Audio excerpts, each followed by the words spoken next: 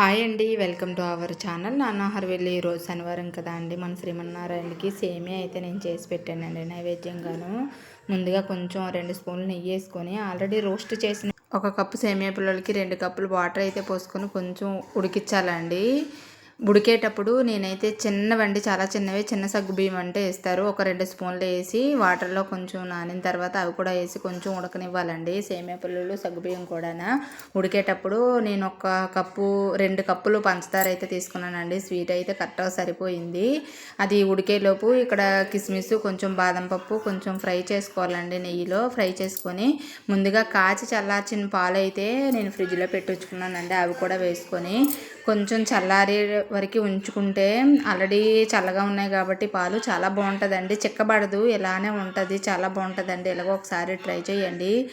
చిక్కబడ్డం అంటూ ఉండదు, చాలా టేస్ట్గా కూడా ఉంటుందండి. సేమియా పుల్లలు పంచదారలో ఉడకడం వల్ల చాలా టేస్ట్గా ఉంటుంది. మా శ్రీమన్నారాయణకి నైవేద్యం అండి ఈరోజు. ప్లీజ్ అండి, లైక్ చేయండి, షేర్ చేయండి, సబ్స్క్రైబ్ చేయండి.